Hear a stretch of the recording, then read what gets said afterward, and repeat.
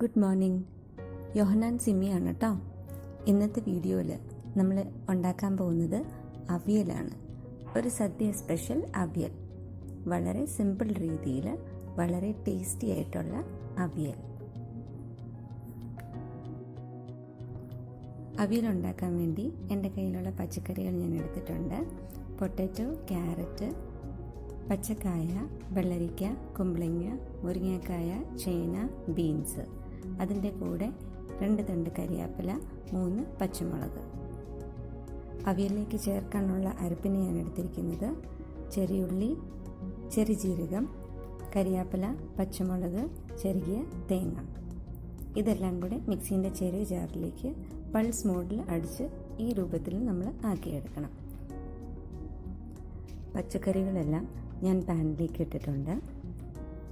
നമ്മുടെ എരിവിനനുസരിച്ചുള്ള പച്ചമുളക് നമ്മൾ എടുക്കുക. ഇതിപ്പോൾ 3 പച്ചമുളകാണ് ഞാൻ ഇട്ടിരിക്കുന്നത്. പിന്നെ ഇടേണ്ടത് മഞ്ഞൾ പൊടി. പിന്നെ ഞാൻ ഇട്ടിരിക്കുന്നത് ഉപ്പാണ്.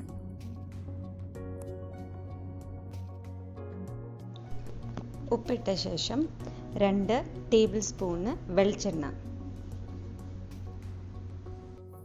വെളിച്ചെണ്ണ ഒഴിച്ച ശേഷം നമ്മൾ കൈകൊണ്ട് തന്നെ എല്ലാം നന്നായിട്ട് മിക്സ് ചെയ്യുക.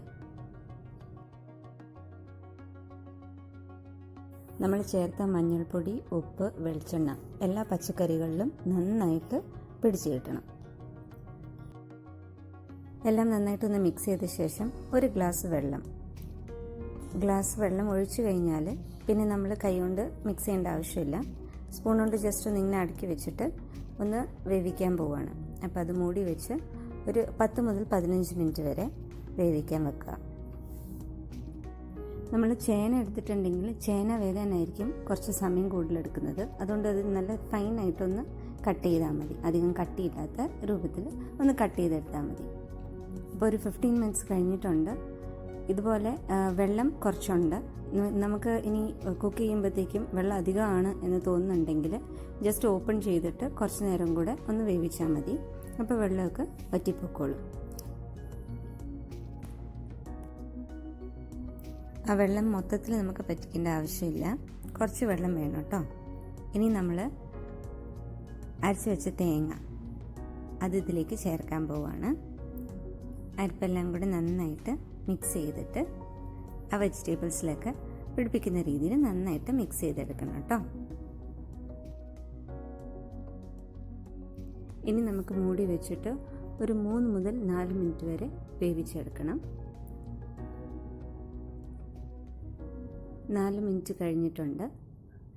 4 മിനിറ്റ് കഴിഞ്ഞപ്പോഴത്തേക്കും ഞാൻ ഇനി ഇതിലേക്ക് ഇടാൻ പോകുന്നത് 2 ടേബിൾ സ്പൂണ് തൈരാണ്. അതൊരു പുളിപ്പിന് വേണ്ടിയാണ് കേട്ടോ.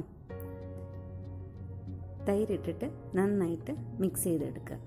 നമ്മൾ മിക്സ് ചെയ്യുമ്പോൾ ശ്രദ്ധിക്കണം, ഒരുപാട് സ്പീഡിൽ ചെയ്യരുത്. കാരണം ചിലപ്പോൾ പച്ചക്കറികൾ ഒടിഞ്ഞു പോകും. അപ്പം അതിൻ്റെതായ രീതിയിൽ മെല്ലെ ഒന്ന് മിക്സ് ചെയ്ത് നന്നായിട്ട് എടുക്കുക.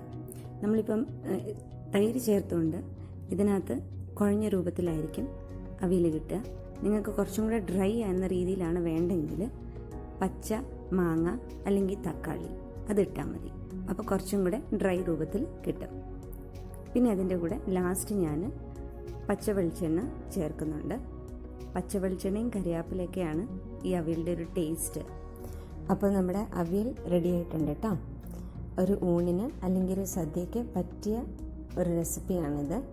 നമുക്ക് കൂടിയാൽ പ്രിപ്പറേഷൻ ടൈം ഒരു 20 to 25 മിനിറ്റ്സ് എടുക്കത്തുള്ളൂ. പെട്ടെന്ന് തന്നെ വളരെ ടേസ്റ്റി ഹെൽത്തി ആയിട്ടുള്ള അവിയൽ റെഡിയാണ്.